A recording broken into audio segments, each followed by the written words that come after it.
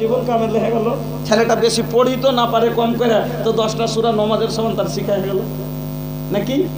একটা থাকবে যে পুরা নামাজের দোয়াটি এইভাবে করতে হবে, শুধু কিছু প্রোগ্রাম। যাই হোক, আলহামদুলিল্লাহ, আমি আপনাদের বলতেছিলাম এই কালামুল্লাহ পাক কিতাব, এই কোরআনটার মধ্যে কতটি সূরা আছে জানেন? এই কোরআনের মধ্যে কতটি সূরা আছে? 114টা। ভালো করে শিখেলেন, কোরআনে কতটি সূরা আছে? 114টা। আর এই 114টা সূরাতে কতটি আয়াত আছে? কতটি আয়াত আছে? 6666টা। 6666টা। বলবেন আয়াত বুঝতে পারলাম না। আয়াত বুঝবেন, যেমন কুল হু আল্লাহু আহাদ, এটা হলো একটা আয়াত। আল্লাহুস সামাদ, এটা হলো একটা আয়াত। দুই আয়াত হলো, দুই আয়াত। লাম ইয়ালিদ ওয়া লাম ইউলাদ, এইভাবে আলহামদুলিল্লাহি রাব্বিল আলামিন এক আয়াত হলো।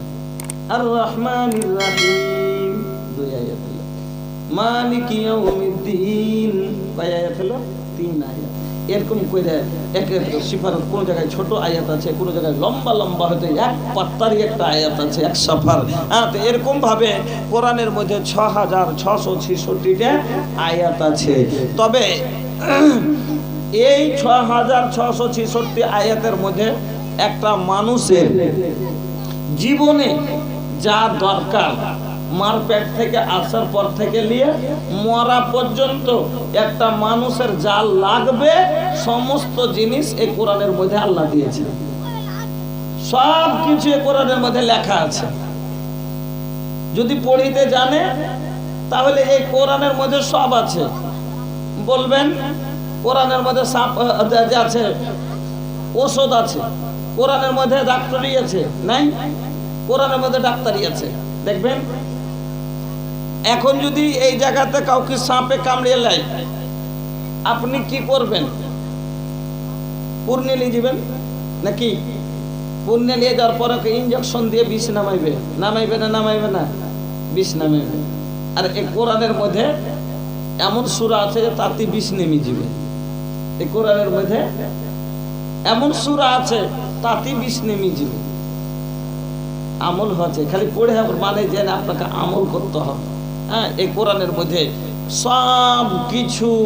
এখানে যদি বাবার সম্পত্তির গন্ডগোল লেগে যায়, কিভাবে কে কত নিভাগ, বড় জনা কইছে আমি বড়বে, আমি বড়, আমার 2 বিঘা হবে।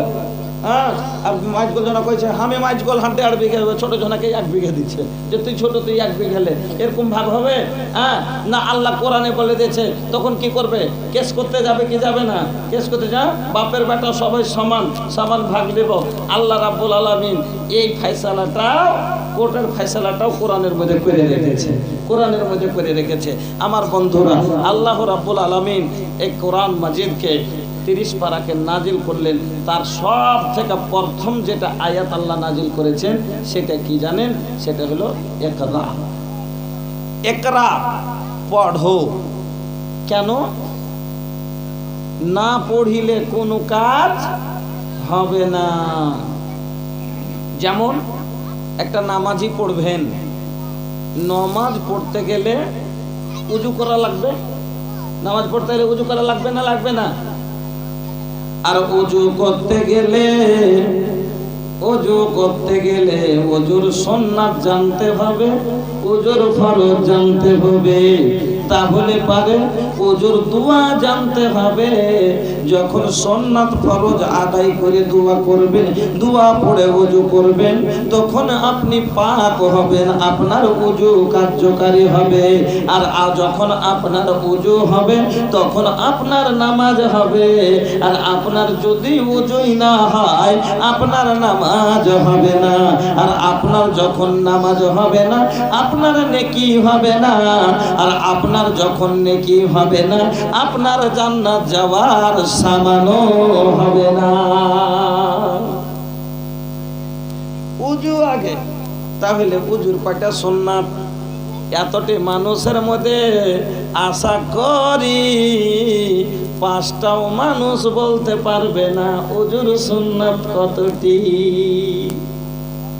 উজু করতে গেলে নামাজ পড়া না পড়া, বাস আজান হইল তখন একবারে, যখন আজান হইবা তখন বাড়ি থেকে বাড়াইনো মসজিদের লেগে, হ্যাঁ, আর যাওয়ার পরে তখন একবারে নলটা খুলে দিয়ে বিসমিল্লাহ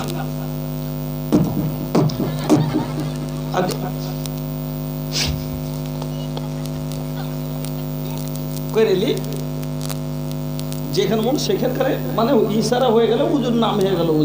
উজুর তারিখে আছে কিছু, হ্যাঁ, মাসা কতখানি করতে হবে, কেউ তো এরকম করি বাস হয়ে গেল। উজু করবেন, শোনেন, তাইলে উজু নামাজ সহি হওয়ার লাগা উজু সহি হওয়া দরকার।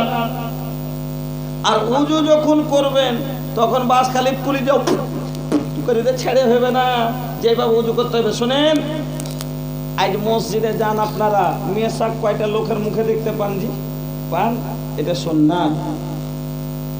নবী বলছেন, লাউলা আনা সুকালা উম্মতি লা আমারতাহুম বিসওয়াক।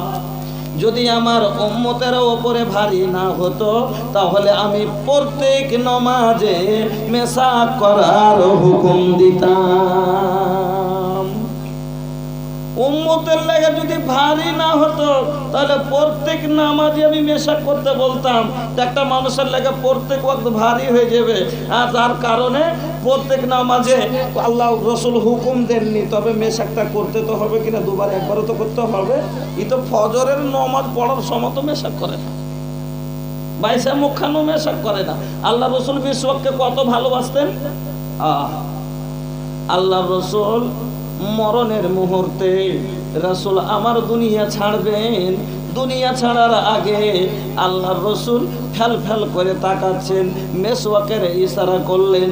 আম্মা আয়েশা বুঝে গেলেন রাসূল আমার মেশাক চাইছেন, একখানা মেশাক এনে দেওয়া হলো।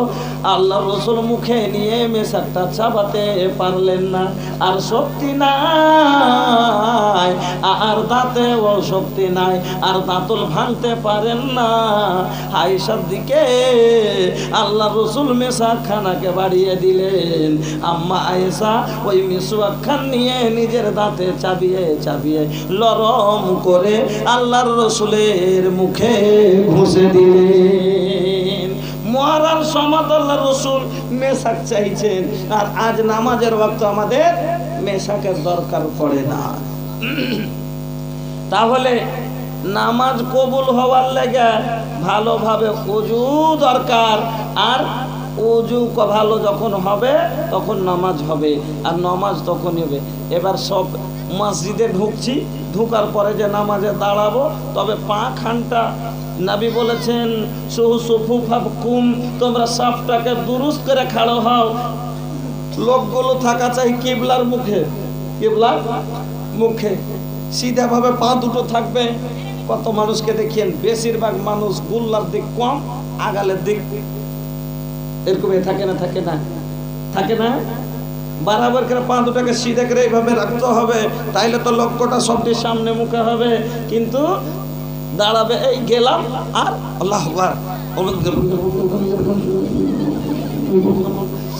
আল্লাহু আকবার। কত জনা তো কান ধরে কইছে আল্লাহু আকবার, কান ধরে কেন করে সাটিয়ে কইছে আল্লাহু আকবার। বেতন নিয়ে বলছে হাতটা এই যে তা না করে, কেউ তো এতখানে উঠেছে, কেউ তো খালি একটু এরকম ইশারা করে দিলে, আর কেউ হতো না তো কান ধরে